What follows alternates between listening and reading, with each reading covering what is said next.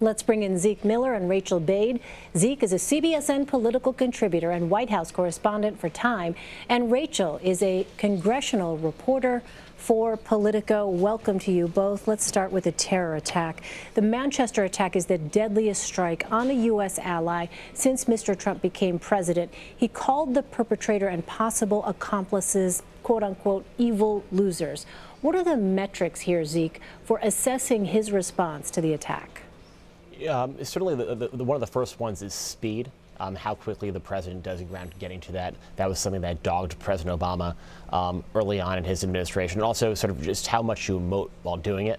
That was also something that, the contrast between President Donald Trump and President Barack Obama was something that, it's what the American people and the whole world is looking to a leader to see. They want to see President speak out forcefully and condemn terror, reassure the public. And one of the things we saw from the way President Trump handled this morning was he sort of tried to call, those who carried it out losers, which is sort of fulfilling his vision of foreign policy, which is if you can't glorify those who commit acts of terror, you have to ridicule them.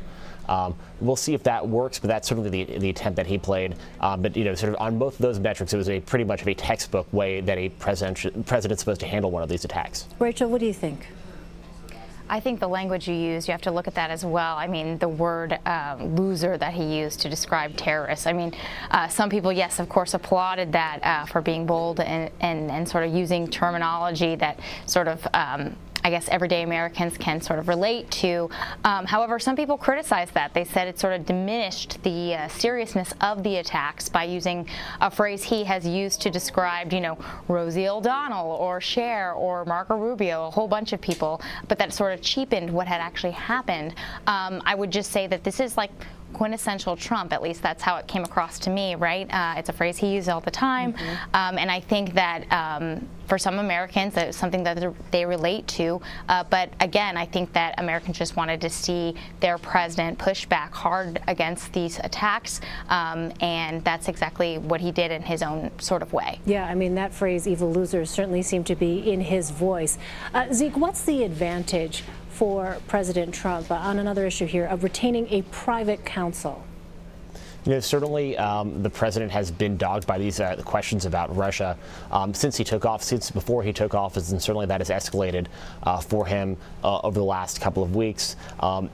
By trying to move this to an outside counsel, they're trying to compartmentalize this.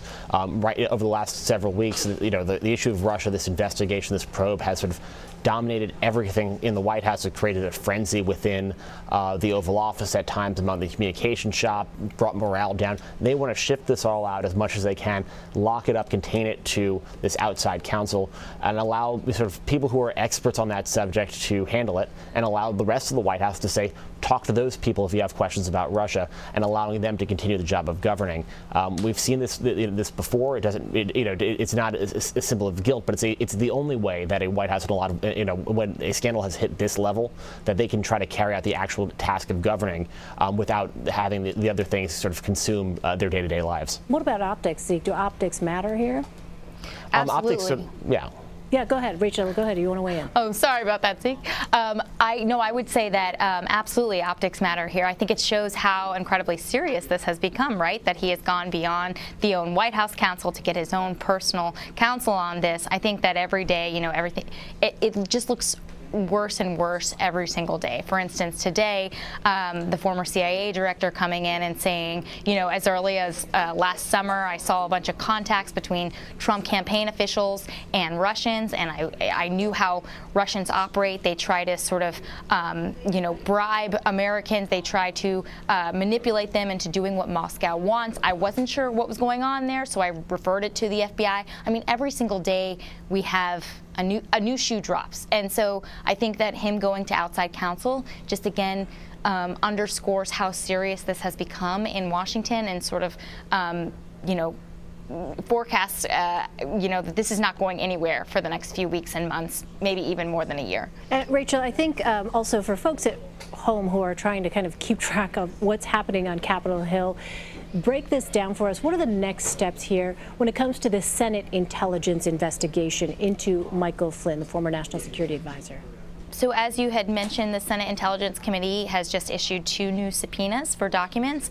Basically what they're doing is they're trying to get around Flynn asserting his Fifth Amendment right to refuse to turn over his own personal documents and communications with Russian officials during the 2016 election. They're trying to subpoena now his personal businesses, saying that businesses do not have a right to assert a Fifth Amendment right because they're not people, they're businesses, right? So that's what they're doing. They're trying to get around that. We also have heard a lot of talk about contempt in the Senate. Could they hold him in contempt of Congress for refusing to turn over these documents and sort of work with this investigation or comply with this investigation, these subpoenas? There's a divide amongst Republicans on the Hill about whether or not that's the best thing. Congress really doesn't have the authority to compel testimony. Really only law enforcement can do that. So we might just have to wait until the special prosecutor gets around to this, and that could take months, even more than a year, as I had mentioned before, because Congress really, there's not a lot they can do to force an individual to testify. Meantime, Zeke, the White House unveiled President Trump's budget request for 2018 on Tuesday with deep cuts to safety net programs that affect up to 1/5 of Americans. Here's what Maine Republican Senator Susan Collins said. Quote, "The president's budget request is always subject to significant revision by Congress, and this budget will be no exception. If Congress is going to go its own way, who is Mr. Trump's intended audience then for this budget, Zeke?" No, that's a really good question. Certainly it's a messaging document to his base and to Republican members of Congress trying to lay out some of his priorities. But a lot of what was rolled out today is essentially fantasy, whether it be the economic projections, projecting 3% economic growth. They're balancing the budget with, sort of essentially double counting some of the benefits of tax reform and, the economic boost that they believe that would create, even though they haven't drafted that plan. And then getting to that second point of presupposing that Republicans, anyone in Congress, is going to take this budget up. The statement after statement from Republicans on Capitol Hill that was like, great for you to put this thing out. We're going to do our own thing. And that's the challenge right now for the Trump administration. They don't have a lot of political capital on anything. It's not, this is certainly something they can show to their supporters, saying we introduced a budget that would balance in 10 years. But there is no chance that anything resembling this will end up in law and funding the government at the end of the year. Yeah, what about that, Rachael? What was the reception on Capitol Hill to these proposed budget cuts? It was interesting because a lot of times we hear conservatives sort of blast Trump for his own, budget proposals or, vision of how he wants to run the country in terms of spending.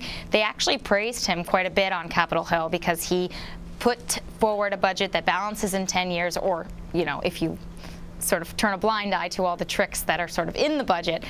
They also liked that he targeted safety net programs, which is particularly interesting because these are Trump supporters, right? So he has said on the campaign trail he doesn't want to touch Medicare, he doesn't want to touch Social Security. We know those are the biggest drivers of the national debt. So what he's done is looked at other mandatory programs that he could cut, such as food stamps, SNAP, also known as SNAP, housing assistance, basically welfare, and he's looking to make cuts to those, farm programs, subsidies for farmers. These, a lot of times, a lot of his supporters during 2016, as we know, were low-income folks and also people from rural communities. So these are folks who are going to be hit by this budget. And it's interesting because in the House, we're seeing a lot of conservatives push leadership to take these seriously. They want to see these cuts forced through on a party line vote using sort of a budget tool called reconciliation. And I have sources saying that House leadership is actually considering this, and they're looking at cutting about $400 billion worth of safety net programs, mostly safety net programs, which is something that I think we're going to have to watch in the coming weeks and months. That's interesting. So, Zeke, Rachael points out there is nothing in here that touches entitlements. Is that basically then the fulfillment of a campaign promise? Even if this budget doesn't pass, there's still a statement being made here on the part of the president that he made a campaign promise and he's sticking to it. Well, sort of. I mean, he does touch Social Security disability insurance, which the White House says, nobody considers Social Security. That's just how that program is run. It's run through Social Security. So if if you take that, it's a little bit more muddled than they aren't touching entitlements, but it is certainly a statement from the president. If you look at the Ryan budget of 2010 and subsequent revisions therein, entitlement reform was always a centerpiece of that. And for Republicans to be moving away from that, if they do follow the president on this, really is is a significant step forward. Obviously, that document also was drafted in the opposition. Governing is a lot harder. Finding a way to get anything through. The House conference, the Republican conference, as we've seen on health care, is a challenge. So this document, is still a very ambitious thing. Getting it through Congress at all. I mean, talking to folks at Capitol Hill, Republicans around town, they're not expecting anything nearly this ambitious to get to make it into law. They're looking at sort of chiseling around the edges rather than wholesale revisions of massive welfare programs. Just given the dynamics in Washington right now. And Rachel, the White House is reportedly leaning toward opposing a tax on imports known as the border adjustment tax. Of course, House Speaker Paul Ryan has championed that policy. What kind of confrontation could we expect on that issue? Yeah, I think it's just a matter of time before we see some sort of tax reform showdown on this. It's interesting because this is really Paul Ryan's baby, right? This is something that he put forward. Basically, it shields companies from taxation on exports, but basically bars companies who are bringing in imports from deducting those taxes. And so they're Paul Ryan is sort of framing it as sort of in Trump's populism, getting rid of a made in America tax and sort of encouraging companies to stay here in the United States. But the White House doesn't like this idea. They're worried that the people that will be hit are low-income earners and middle-income Americans when prices basically go up because of these taxes. And so they have sort of subtly hinted to Ryan, maybe even not so subtly, that they don't like this, and they figured he would drop it. But this week he's doing a full sort of renewed effort to push this forward. They just had a hearing on it. They're sending around talking points to members on the Ways and Means Committee, which writes the tax reform proposal, and they're basically just totally butting heads on this. And I'm curious, a lot of Republicans Congress do not like this Paul Ryan idea. So I think he's going to have to drop it at some point, but I don't know if he's trying to save face right now. I'm not sure what the end game is for him, but it's really not popular amongst Republicans in Washington. All right. Zeke Miller of Time and Rachael Bade of Politico, thank you both. Appreciate your insights. Thanks. Thank you.